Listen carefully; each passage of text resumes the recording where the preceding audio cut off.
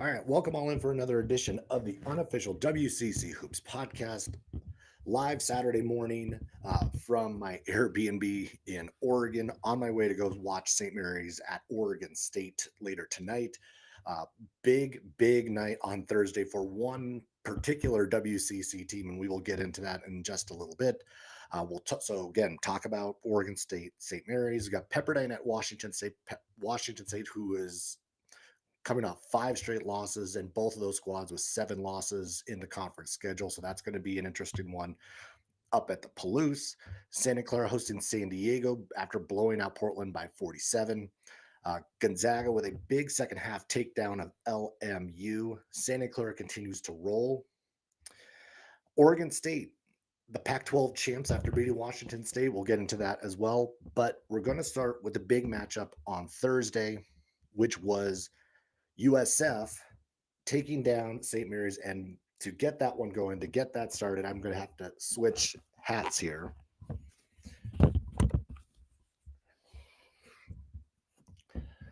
because it was the Dons taking down St. Mary's 65-64 on the Hilltop, snapping an 11-game losing streak to the Gaels. This was a matchup of first and second place teams. St. Mary's obviously had a 3-game lead in the loss column going into it. USF going into that one had lost 71-51 in the last matchup, and it didn't even feel that close in the second half. The 11 straight losses to St. Mary's was something that was on the top of my mind because USF has not played well against a Randy Bennett led St. Mary's team.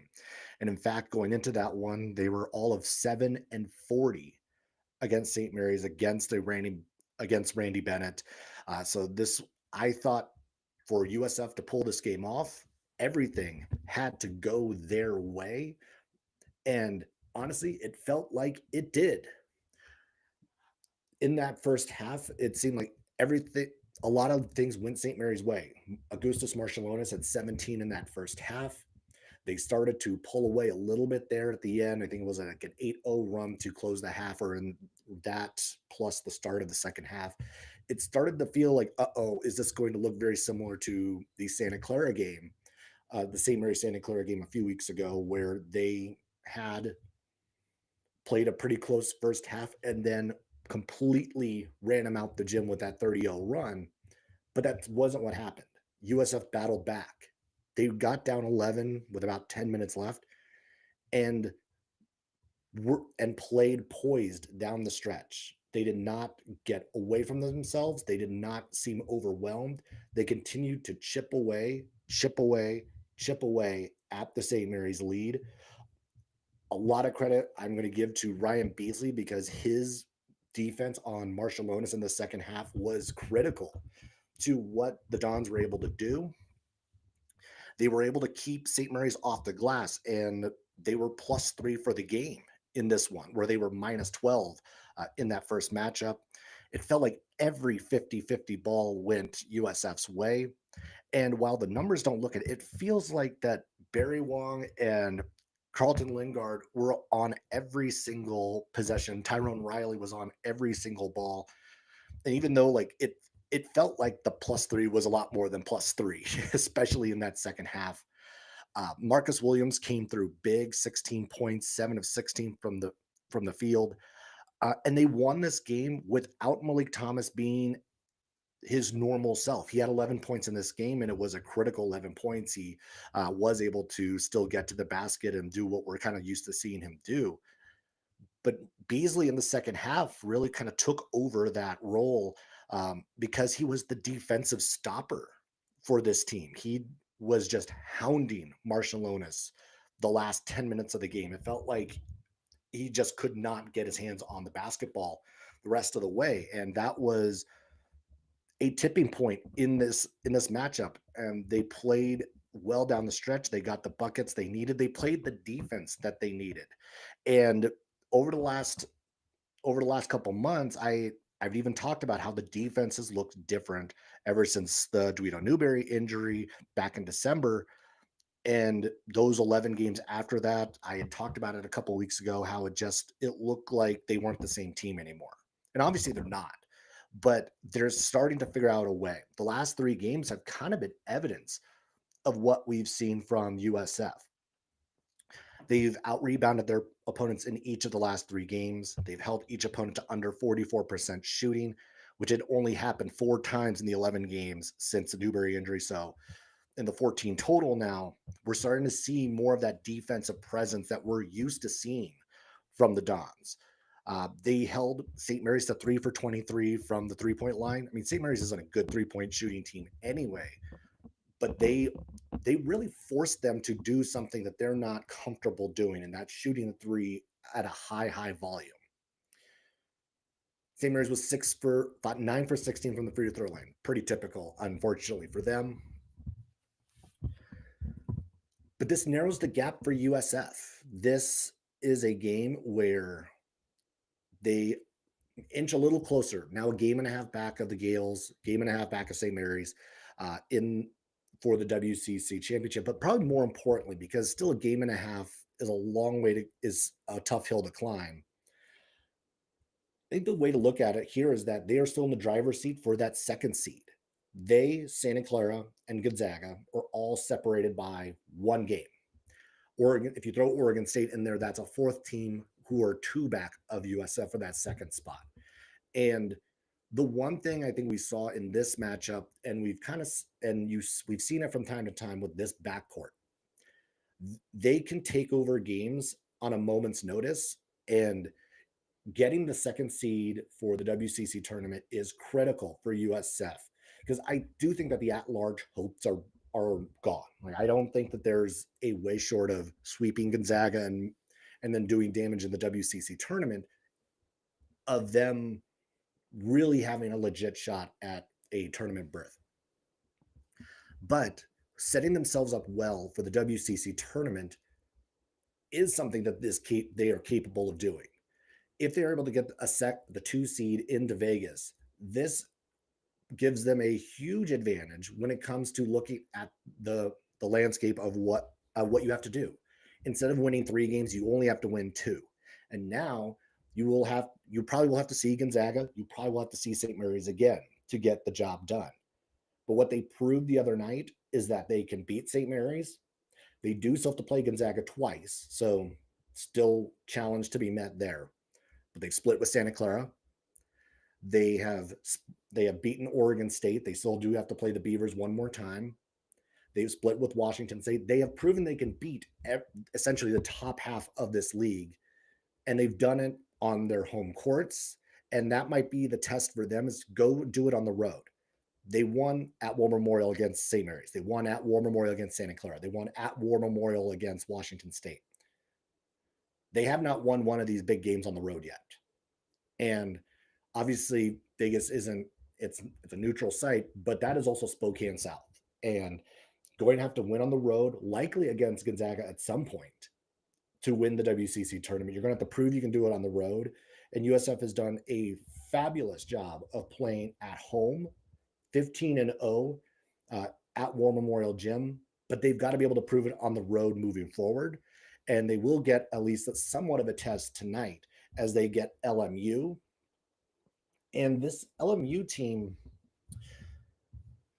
this is an interesting squad because the last time these two played, USF did win 70-55 in San Francisco. Javon Porter had 22, Malik Thomas had 19. USF was +8 in rebounding, +9 in points off turnovers. It wasn't a great game from USF, but it was an okay game from the Dons.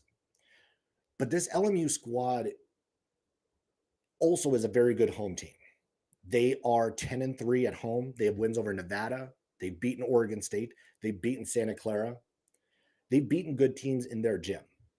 And this is the one thing LMU will do is play defense. They are one of the better defensive teams in the WCC. Much like USF, I think I was looking at it, that they are second in opponents' field goal percentage, only to St. Mary's. But it's that offense. The LMU offense is just, it's not good. They're 9th in points per game in the WCC. They're 9th in field goal percentage, ahead of only Portland and San Diego. The USF defense, I think, is the key to this one. for them to go on the road, get that victory. This is a lot of what USF is going to have to do in a matchup with the Lions is make sure that Stone Carewell does not have a big night. You got to contain Javon Porter as much as possible. Honestly, it's probably just make him take tough shots. If he makes them, you just tip your cap. But I think Barry Long and Carlton Lingard are going to have their hands full with Porter. And for the USF backcourt, it's do what you guys do. Between Marcus Williams, Malik Thomas, Ryan Beasley, this is arguably the best backcourt in the WCC.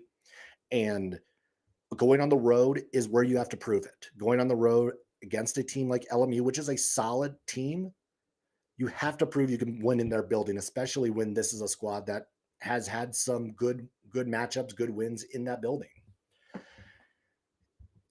And LMU's coming off a weird game with Gonzaga because they did not play well at all against the Zags the other night.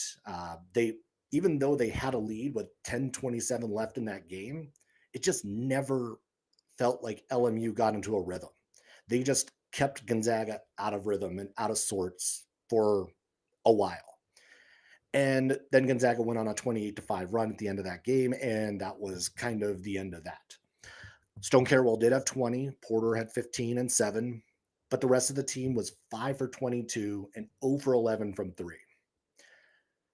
They only scored 53 points in that game, and that's partly, I think, the Gonzaga defense has really kind of taken the challenge since that Santa Clara game where they gave up 103.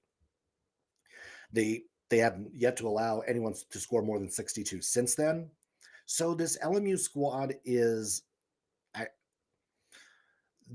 it won't be an easy matchup going back into their building, but this is a game that USF should win and continue. They're going to need wins like this to make sure that they're still in position to claim that number 2 seed. They are the 2 seed right now, half game up on Gonzaga, 1 game up on Santa Clara, 2 games up on Oregon State.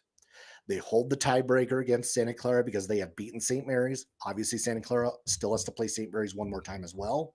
So that could change. And they still have the 2 against Gonzaga with the season finale at Chase Center. So getting games like this is critical before you end up matched up with the bigger dogs in the WCC. But USF did something they hadn't done since 2019 and beating St. Mary's the other night. And now this feels like it should give them the momentum to kind of move forward in conference play. They're done with St. Mary's. They're done with Santa Clara. They still have 1 against Oregon State. They have to do Gonzaga twice.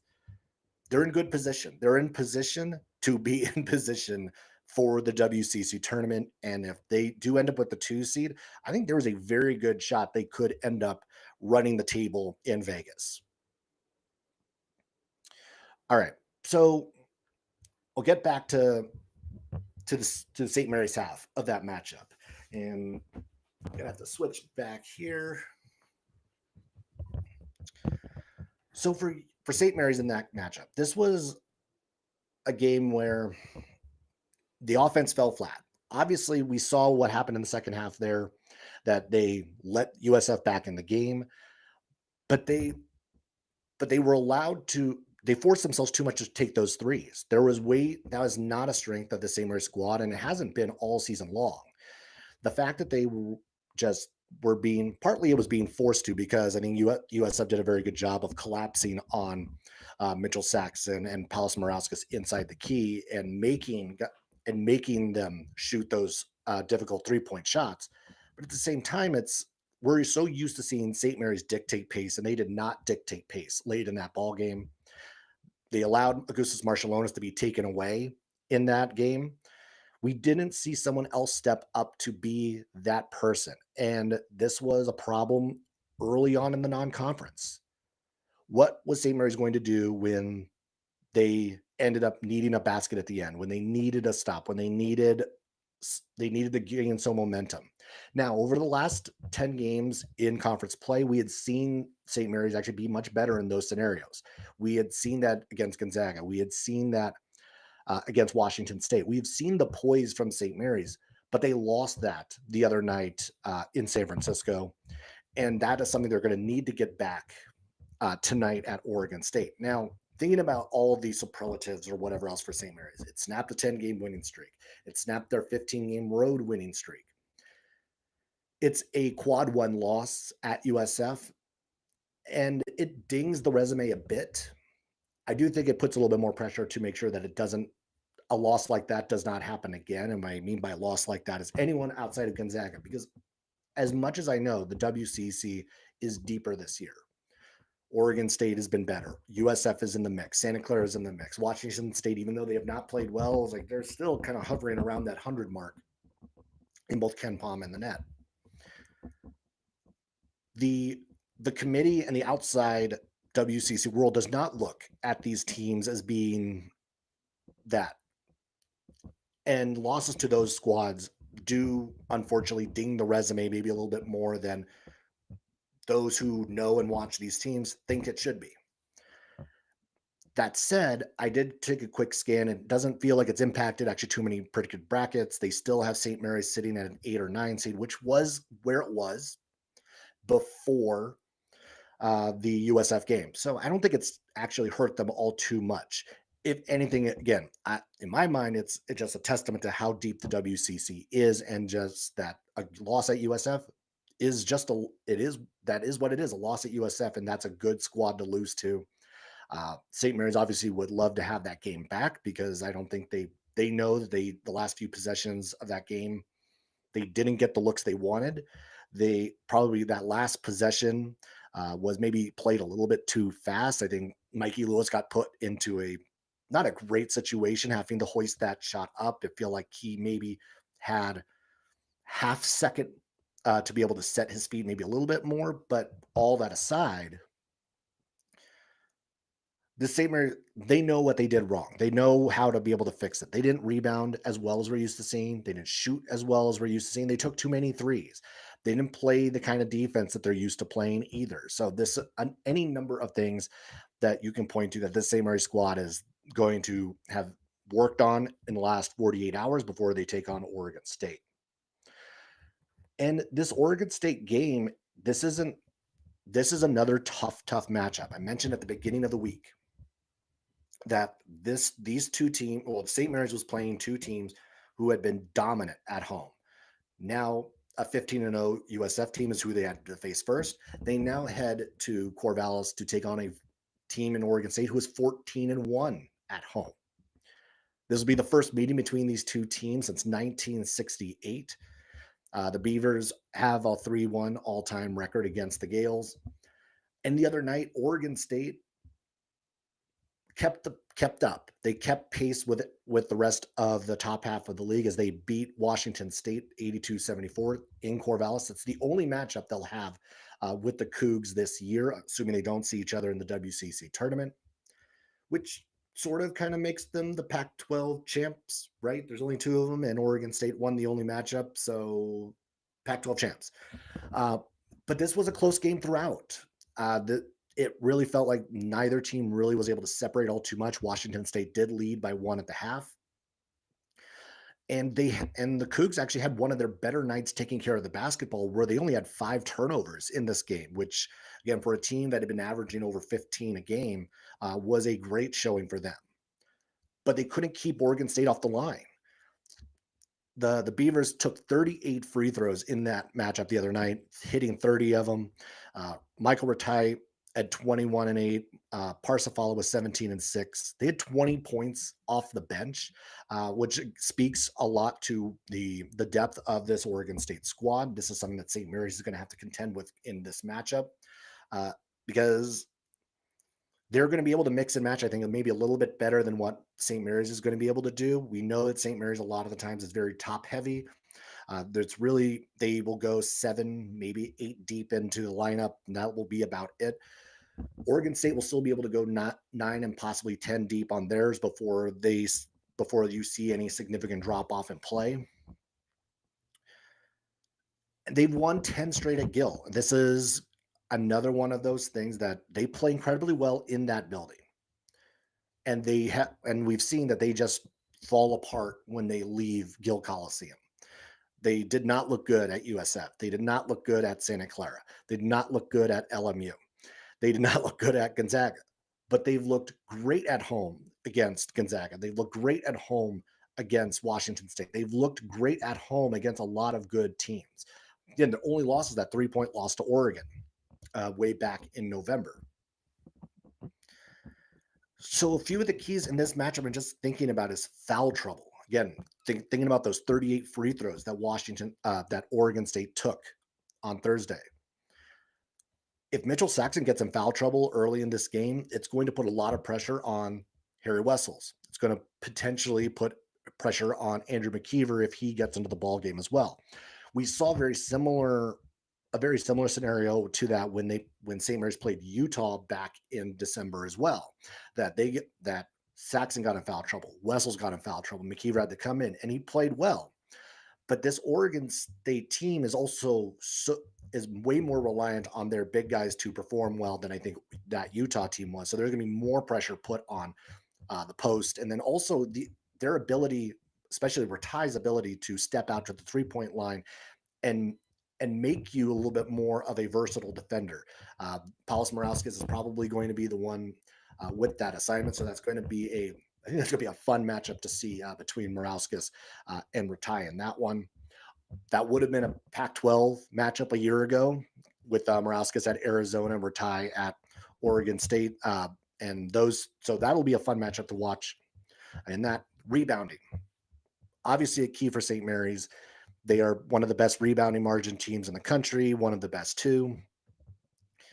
And the game against USF was only the fourth time this year where they've been out rebounded. So a key stat for the Gaels in that one. Oregon State has done a fair job on the board, so that is going to be a key for them. And for Oregon State, they are one of the best effective field goal teams in the country. And it comes from all levels. They're great inside the arc. They're a very good team from the 3-point line. They don't take a ton of threes. So it's not like there's going to be an over reliance on what we see from that squad on the 3-point line. But again, pressure on the paint, pressure on the refs to call this game, because this Oregon State squad will put a lot of pressure on them to rack up fouls. And St. Mary's, as I mentioned, is not as deep a team as Oregon State is. Their ability to stay out of foul trouble probably is going to be the biggest tipping point to me. And if you were watching the game the other night, maybe for Oregon State, it's let St. Mary's shoot threes. Just don't let them get into the paint, because that is where they can do their most damage. If you just let them shoot threes, maybe they'll just shoot themselves out of a game. And maybe that is the strategy, in addition to some of like the zone defense or whatnot we've seen used against St. Mary's over the course of the season. But that'll be a fun one at Gill Coliseum tonight. That is at 7 o'clock later on. So I'm going to move on to this Washington State team that Oregon State was able to dispatch the other night, because they have now lost 5 in a row. And they are sitting down at 7th place in the WCC. They are tied in the loss column with the team they will play tonight in Pepperdine, which is the early game. It's 3 o'clock on ESPN Plus. And neither of these teams are playing particularly well right now. I mean, the one thing you could always point to Washington State is the turnovers. And while they did a very good job of limiting those the other night, it's going to be interesting to see if is it a trend, or was what we saw against Oregon State an aberration? Was the lack of turnovers a fluke? Because Pepperdine will be able to take advantage of your turnovers. They will take advantage of those mistakes. We saw them do that a lot against Gonzaga earlier on in the season. Now, Pepperdine hasn't gotten a big win as of yet. Their 3 wins do all come against the lower tier of the WCC. And they even lost their game the other night at home to Portland. This is a team, or no, sorry, not the other night to Portland, last week against Portland. Pepperdine's actually had a full week off to prep for Washington State. They have weapons. Stefan Todorovic is one of the best scorers in the WCC. Mo Odom is one of the best ball distributors in the league. You have guys like Jackson Olvera, who is very capable of giving you a big night. and they have a bit of size. Bobakar Koulibaly is one of the he's leads the WCC in block shots. So this is a squad that has some pieces. They're still growing. They're still learning how to play an edge chilling system. They're still trying to figure some of that out. And they're a dangerous matchup for Washington State. Not quite the same danger because I don't think they're as explosive as say Pacific can be. I'm like I don't think there's a 40-point game in any of the guys on Pepperdine that not like Lamar Washington had against the Cougs, but this is a matchup that is is tricky. Pepperdine is not going to, they're not going to just fade away. They're not going to get run out the gym. They're going to make this competitive. They're going to keep in this ball game with Washington State. It's going to be critical for them to continue to play the offense we're used to seeing, but then also it's take care of the basketball. This is, Washington State needs to keep this game simple. If they can take care of the glass, don't turn the ball over, and play the offense we're used to seeing them play, they should be just fine against the Waves later on today. Now Santa Clara is another one I'm going to touch on because they are through essentially the biggest part of their schedule. They are through the toughest part of their schedule. And now it's their opportunity to really get to really help their metrics the rest of the way.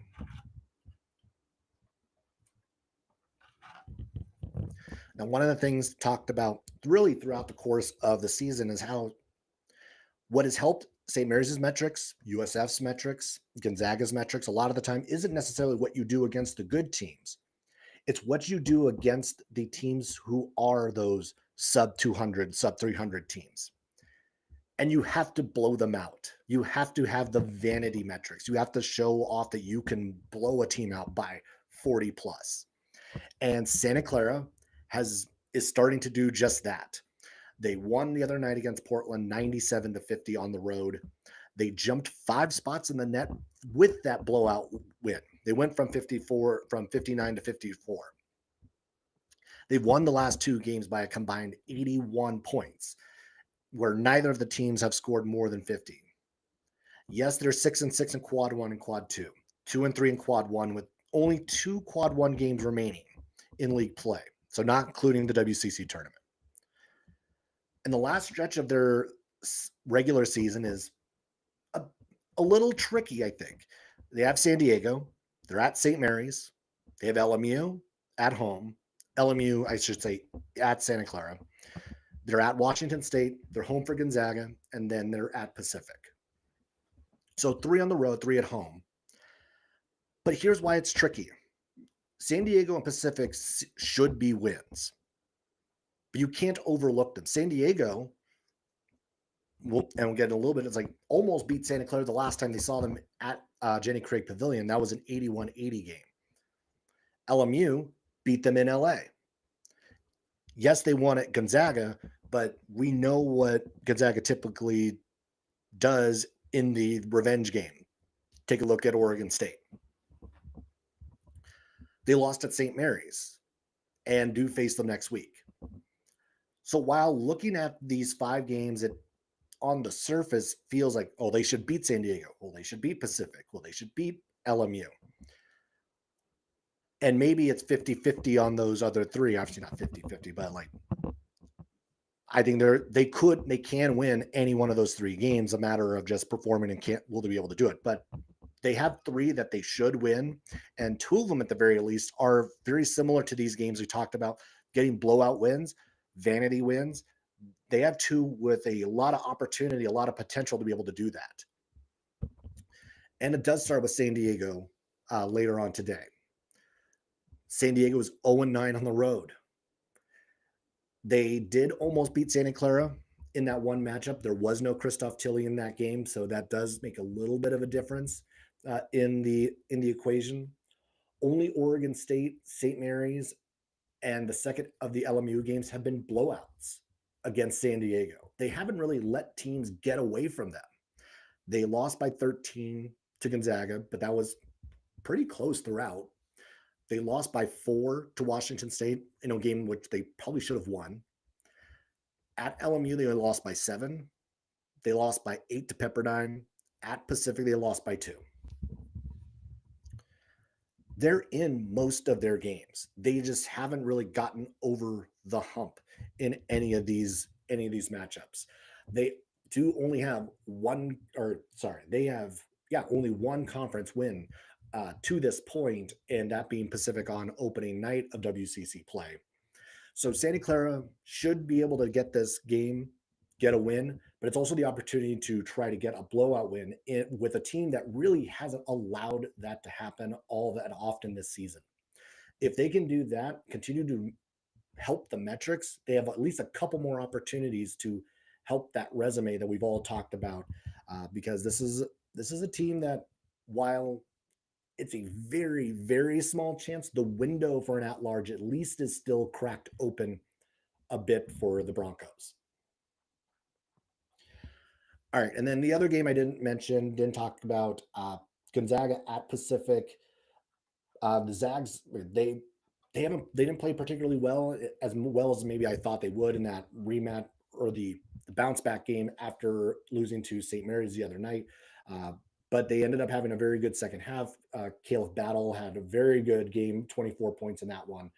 But it is a little bit of a tricky game against Pacific. This isn't, for some odd reason, things go sideways for Gonzaga in that building. They haven't lost to that building, but it is a matchup. It is a team that's, for some odd reason, gives them trouble. So look out just for what that score might be, because the Tigers tend to play the Zags pretty well at the Spanos Center. All right. Well, that'll do it for this episode of the Unofficial WCC Hoops podcast. Be sure to hit the subscribe button and follow along on social media at Post by Zach, at Unofficial WCC Pod. All right, so I'll be hitting the road, heading on to Corvallis to watch St. Mary's and Oregon State tonight. We'll be back next early during the week to recap what we saw on Saturday, and then get into the games for Thursday. Actually, games on Tuesday, so we're going to have to do it early in the week to make sure we get those games in. All right, well, that'll do it. Thanks for watching, everybody, and I will catch you later.